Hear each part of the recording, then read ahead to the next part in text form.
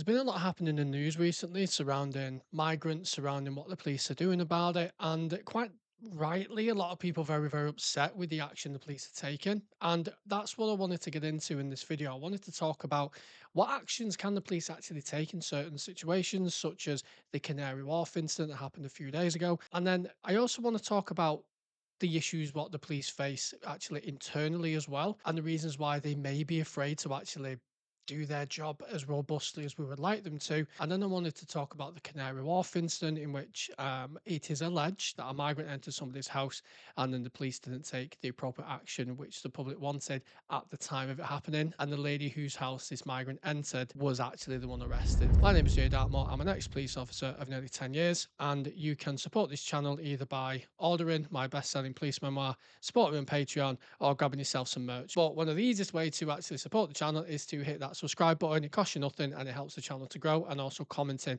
what you think about this video. So the first one is a police sergeant in Lincolnshire. She has come forward and basically explained what it's like actually being a police officer right now. And to be honest, I've listened to what she said and I completely agree with everything she has said. And I think if the public actually knew more what the pressures the police are under, not just necessarily from the public and the incidents what we deal with, generally that's the easy bit. Going out and doing the police work is generally the easy part. It's everything else behind the scenes, which is why the police seem like they're not doing enough. And often it's the actual organisations themselves which cause the problems. So the job's fuck mug in the description below. Just a little self promo there. Kelly Palmer. I'm in Lincolnshire Police. It's almost like watching. I describe it as Titanic. Like where we are now, it's like basically watching a ship go towards an iceberg, and you can't do anything to stop it. That's really true. And I don't know the context surrounding this. I don't know if this was. It looks like she's having an interview with somebody. It doesn't necessarily look like she's put up a camera and she's speaking. Unfortunately, I feel that this officer's going to get actually into a lot of trouble as a result of this, because she's raising awareness. She's actually speaking out kind of against the organization itself. And one thing what the organization does is it will turn around and say, you have brought the force into disrepute. It's intentionally quite vague because it can encompass quite a few things. So let's carry on listening to what she's saying. It's like the police force is heading towards an iceberg. It's like the Titanic. And this is something I get a lot from police officers and cops, in saying like, it's just getting worse. We are unable to do our jobs because of the issues what we're facing, often from the government and from inside the organisation. So let's carry on. So bottom level, there's absolutely no way I would join a force now for 27 grand and do what we're doing. Not a chance. If I could do my time, if I was starting now, I wouldn't join, basically. Because it consumes you. It literally consumes you. The amount of times my brother have said to me, obviously they don't discuss like per se work with him, but he's like, Kelly, you need to calm down. You need to stop worrying about it. You end up thinking, I end up thinking every single day I'm going to get sacked. And that's the problem, is that one of the reasons what I have seen why a lot of officers are not as robust enough and are not as, like, I always see around my area where I live, these fucking idiots driving around on, mopeds and scooters, dirt bikes, and there's not a cop in sight. You know that if a cop chases one of those people and they come off that bike and they get hurt, that cop is not only looking at getting sacked, but is potentially looking at, if they die, manslaughter. If they get injured, it's dangerous driving, reckless driving. It seems like the courts and the organisation, if there's any potential flack going to come back on the organisation as a result of what an officer has done, they are so quick to throw the officers under the bus. So this is exactly what this officer is saying here. The police are not protected by the organisation they work for. The police go out. I remember when I first started in the police, and the trainer said, you have never been nearer to being arrested in your life. And that rings, unfortunately, very true. Cops are now being treated so badly by the organisation, if they make any kind of mistake, that they're going to get thrown under the bus. It's actually quite rare when you see the organisation stick its neck out and say, you know what, no, this cop didn't do anything wrong. Because also what happens is, if the cop is cleared of any criminal conduct, then they'll do a misconduct hearing, of which the threshold of guilt is actually a lot lower. It then becomes on the balance of probability. Is it likely that this cop did something bad, rather than is it proven beyond all reasonable doubt they did something bad? So often what cops do is they're suspended for months and months, sometimes years at a time, pending a criminal investigation, then get exonerated at court. And then what ends up happening is they get a misconduct investigation and they end up getting sacked. Everything is bum covering now. We're not policing anymore. We're arse covering constantly. And it just means that we don't do police work. All we do is basically we go to a job, we spend an hour doing paperwork afterwards, and then we go to the next job and we spend another. We don't police. We literally deal with everything else but policing. We're social workers. We're like counsellors. We're fire. We're everything. Then we're living in fear. Literally, we're living in fear of we'll do something a teeny tiny bit wrong. We can't be robust. I've seen so much body worn footage with officers where when I first started, you could be robust with people, and I'm still robust because that's me. I'm not changing how I am, basically. Where officers are literally frightened of putting hands on, like saying anything to them because they're scared of complaints and scared of getting served paper. Living in fear is definitely something which a lot of officers are facing. Certainly if they are a bit longer in than others. So if they're 10, 15, 20 years in, the last thing they want is to get a complaint and that complaint stick. Officer goes out and does their job or is robust and, tells someone to fuck off who's getting too involved or, is kicking off. And they might use some, robust language or some less than courteous language at times, which does happen. I've sworn at people before when I've been locking them up. I've dragged people to the floor in the past and I've told them to give me the fucking hand. You're in the moment, it's kicking off. Is it professional? Probably not. But I'm sure if you ask any person on the street, would you like your police force to be more robust? And are you upset that police officers may occasionally swear at criminals who potentially have a knife? Then I guess the answer would be no. But this is where the organization comes in and goes, well, you have to at all times be, you're a representative of the police force. And if you swear or you're too heavy handed or you're too robust, you can then get yourself a complaint and that can bring the force into disrepute and therefore you can be sacked. And this is exactly what this officer's saying here, this sergeant. And like I said, unfortunately, I reckon she's going to get in shit for speaking out because the organization doesn't want officers to speak out. I get tons of messages of cops saying, thank you so much for all the videos you make and thank you for your podcast and everything else, because it gives us a voice and it highlights to the world and to the public things what we would like to say, but we can't because we're too afraid that if we do speak up, we do say something, we're going to get fired or we're going to get sacked. Constantly. I'm going to be honest. There's a huge amount of officers now we have restricted within the force due to injury on duty. And it's not just injury on duty; it's also mental health as well. Due to the nature of what the police deal with, they're going to experience some quite awful things.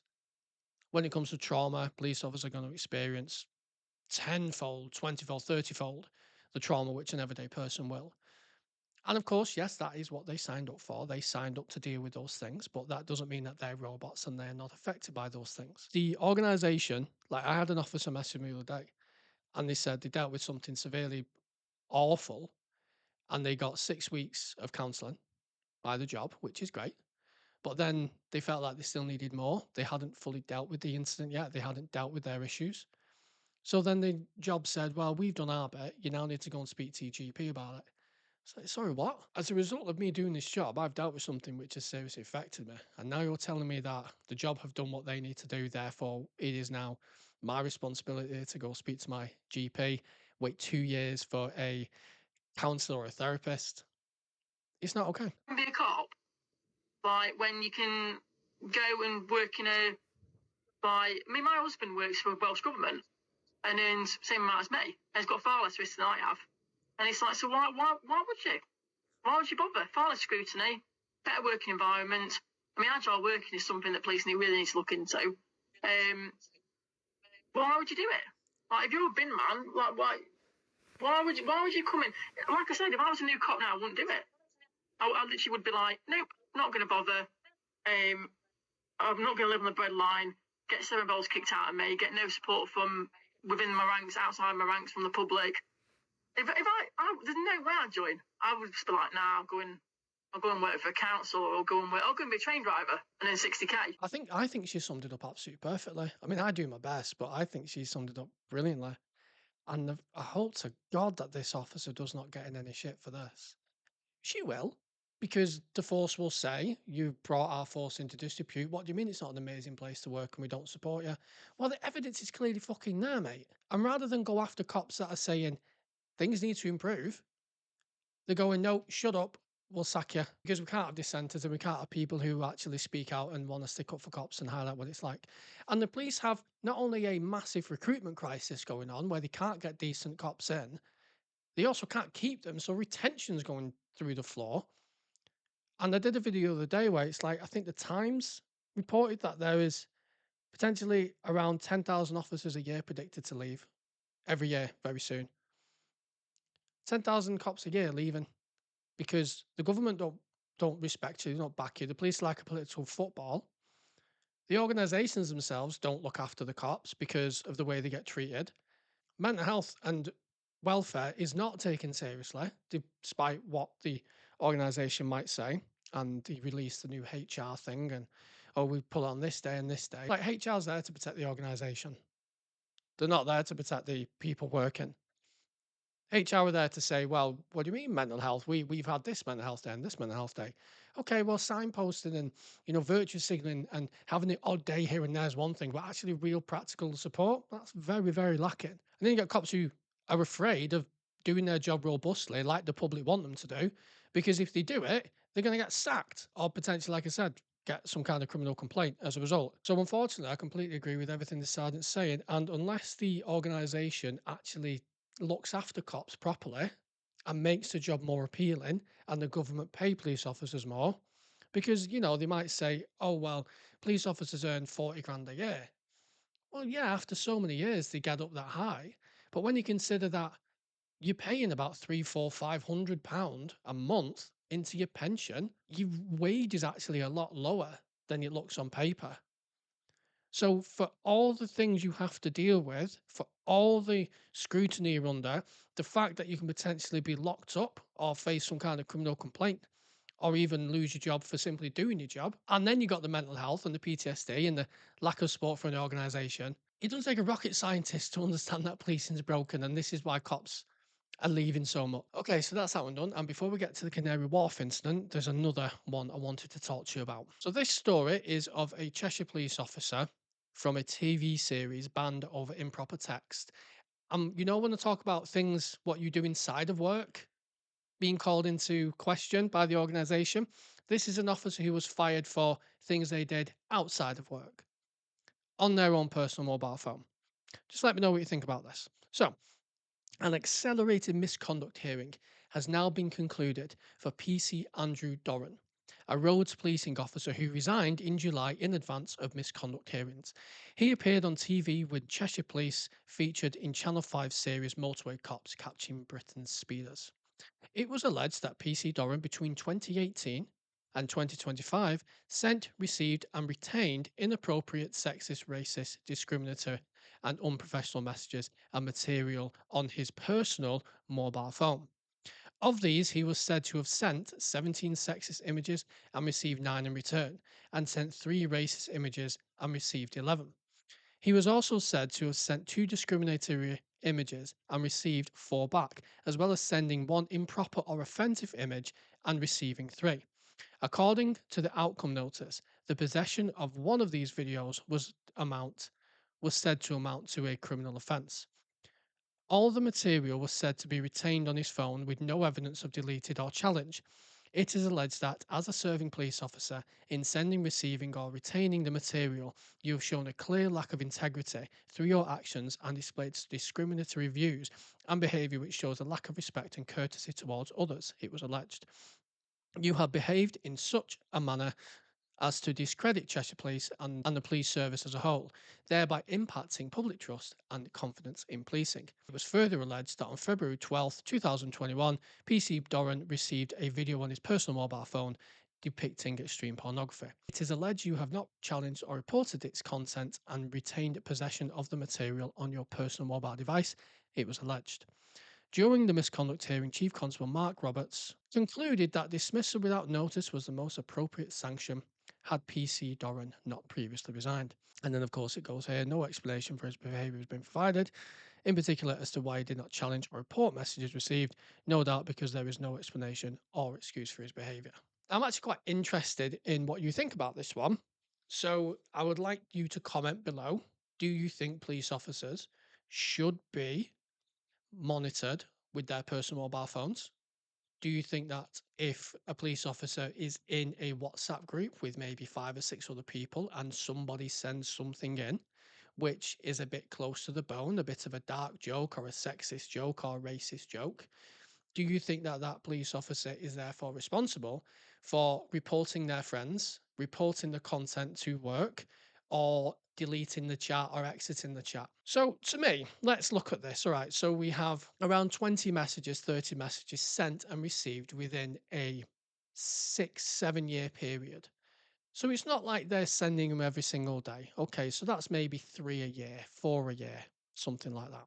I would like to know, did this person present racist, sexist views on the job when they were in work? Have they ever expressed views like this, which are obviously not okay in the police force? Or is it a case of they were in a group chat with friends and somebody sent something? And also the expectation that the officer would then have to report their friends to the police. Like, what about the human rights of the police officer, the right to a private life? What is this not? Are these not taken into account? So, what we're saying is we have a police officer who, from what I've seen, hasn't done anything wrong at work. On their own mobile device, they have received or sent some messages which somebody has interpreted as being offensive. And this is the issue when it comes to policing speech as well. It's all subjective. What one person finds offensive, another person might find funny. What one person finds funny, another person might find utterly reprehensible and disgusting. It all depends on the person who is looking at the content. And also, if I send a message to somebody else, we find it okay, but then somebody else sees it and they find it offensive, they were not the intended recipient of that message. They were not the intended target of that communication. If I'd have sent it to somebody and they found it offensive, then that's a little bit different. But again, that's down to subjectivity. I just think that the police are under so much scrutiny in work, and the fact that they now are expected to challenge behavior and possibly even report friends, family to the police over a text message. I don't know what I seem to have quite a bit of a problem with that. Now, of course, if somebody is showing those kind of views in work towards members of the public, that's obviously not okay. That's not okay. Everybody has their own prejudices. Everyone has their own biases. Everyone has a different sense of humor. Everyone has their own sensibilities. If their own perceptions don't impact their daily job, of which they remain professional at all times, is that enough to sack somebody for something they did in their personal life? Now, of course, if somebody is out in public and they're acting in a disgusting, abhorrent way, and they produce their warrant card and go, "Oh, well, I'm actually a police officer," well, then you are directly bringing the force into disrepute because you are saying you're a police officer and you're acting in an abominable way. Different story. But WhatsApp messages, text messages, communications between friends, would you get sacked for that? I'd love to know your opinion. If you wanted to try and find some dirt on somebody and you look through their phone or you look through their emails or whatever, if you're looking at it through the frame of, I'm here to find something wrong, you will, of course, find something. But speaking from personal experience, officers who get their phone searched or their phone seized have often pissed somebody off and they want to find an excuse to sack them. Not saying this has happened in this case, I don't know. But from my own experience, the organization will find a way to get rid of somebody. And from my own experience, when I was in the police and I was making content online to do with domestic violence and to support people who suffer domestic violence and to highlight issues surrounding domestic violence and everything else, I was told that if I didn't stop, then this would basically happen to me. If you don't stop doing that, then professional standards will seize your phone and they will find something to sack you. All right, so the Canary Wharf incident. Now, what I wanted to do was I wanted to go over some of the issues what the police are facing here, just to highlight a little bit of what I'm seeing and offer an explanation which the officers at the time probably couldn't give. To hopefully shed a bit of light and obviously give a bit of not necessarily an opinion. I have to be careful because it's an ongoing case, but just to report the facts. But I'm gonna talk about the actions of the police, and what they can and can't do, and probably the frustrations the police are feeling at this time. So the first video I wanted to show you is this one from GB News. It was a highly emotional morning at Thames Magistrates Court as 22-year-old Chene Augustus was charged with those alleged offences and also remanded into custody, next appearing on the 12th of September. Sorry, I didn't know that she was remanded into custody. That's interesting. Okay. At Snaresbrook Crown Court, sorry. Now, at the hearing this morning, we heard how this altercation started on Wednesday evening, how Chene Augustus was at her mother's home, had been mopping the floor and had cooked her a meal when she sensed that someone was in the house. She found that the migrant had entered the house, the flat that she lived in, with her mother who is blind, and it was alleged by her defence solicitor, Emma Clements, that this migrant had his hand on his groin area and another hand on his pocket of his hooded jacket. Now, Okay.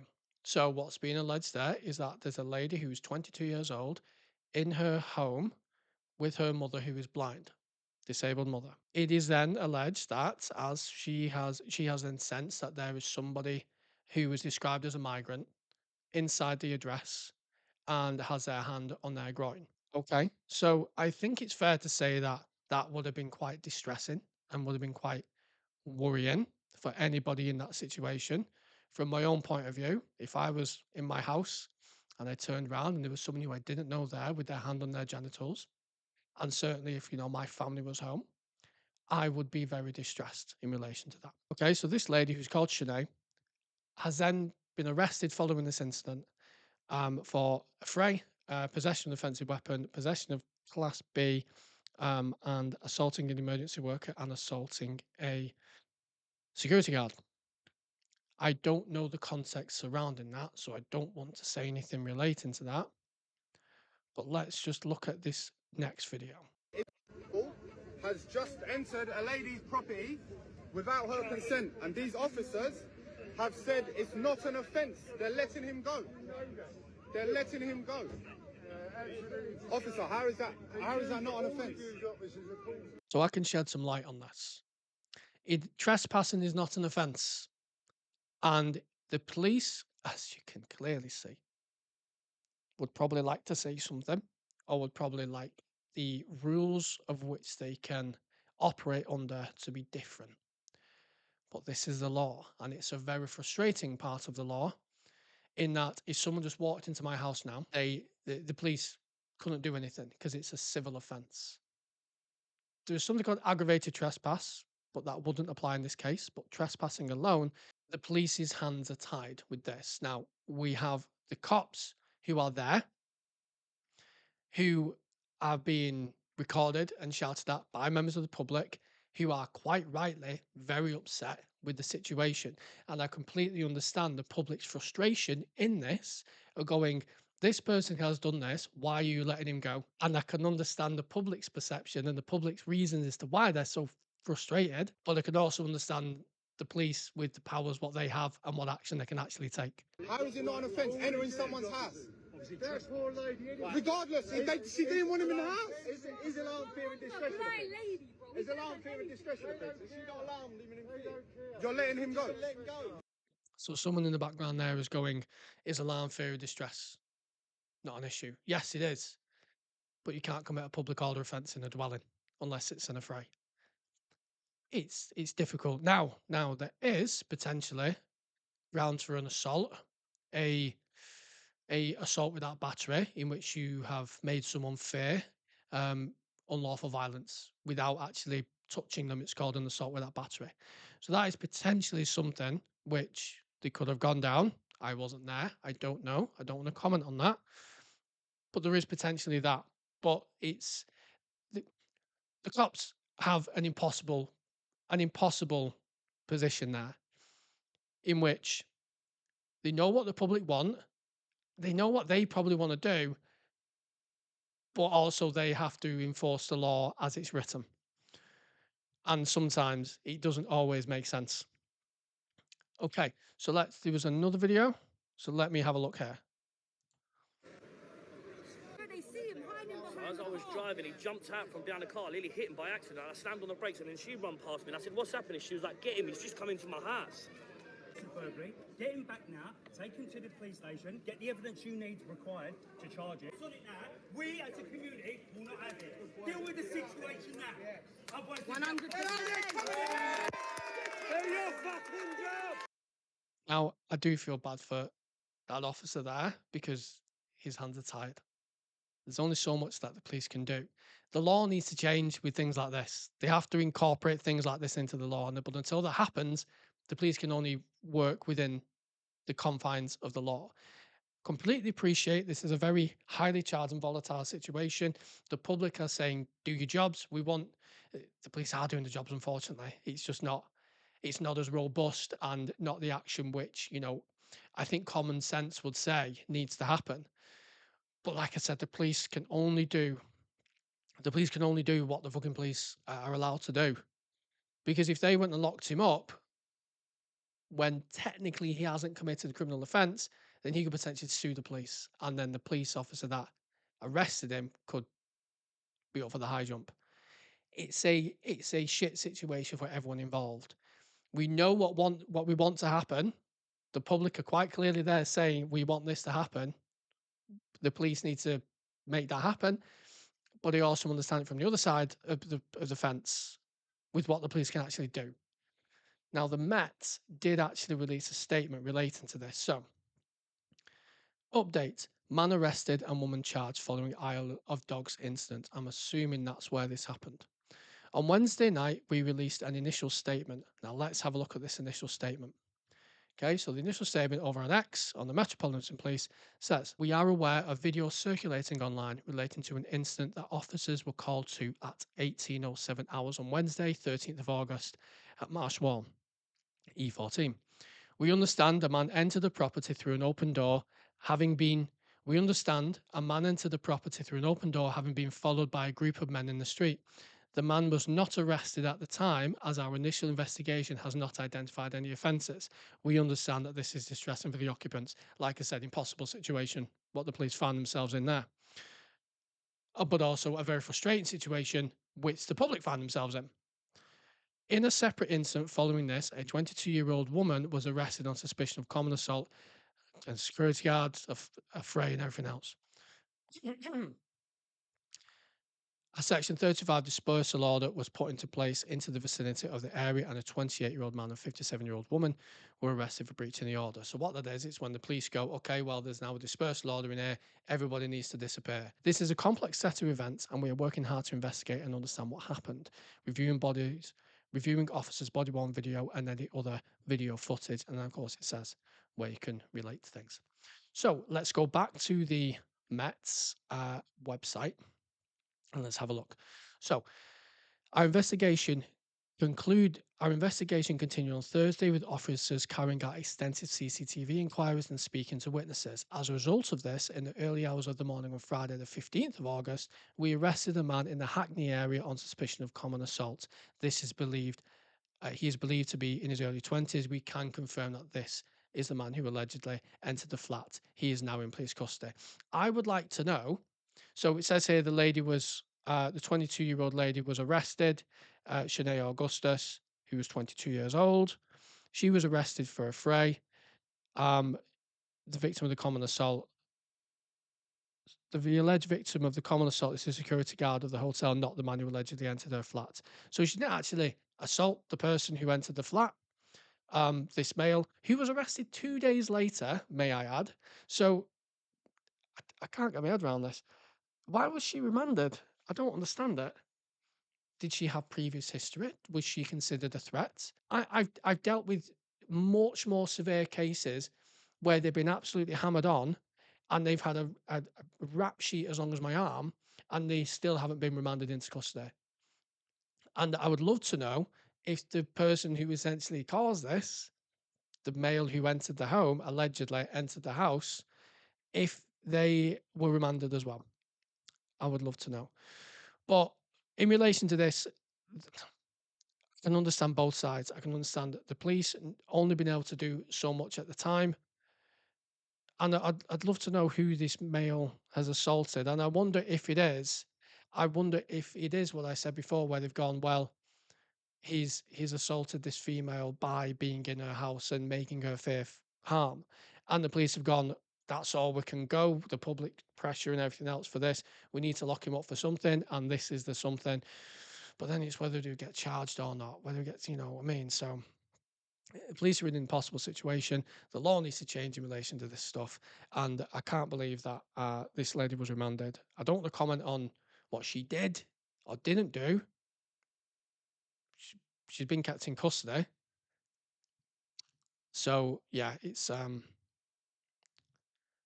absolute fucking minefield with shit like this. But I'd love to know your thoughts if you are in the services, if you are a witness to any of these incidents. What do you think about anything we've covered today? Please continue watching this channel and please subscribe. It helps me out a lot. It means that people like what I'm doing, and comment anything else what you want to see in the comments below. Share this video with someone who you think might enjoy it. And if you really, really want to help me out, you can support me on Patreon. You can order some merchandise, or you can even order my book. So yeah, thank you very much for everyone for watching and for staying for this long. I've enjoyed myself. I hope I've brought some light to a couple of the incidents which we have seen so far. Have a great day.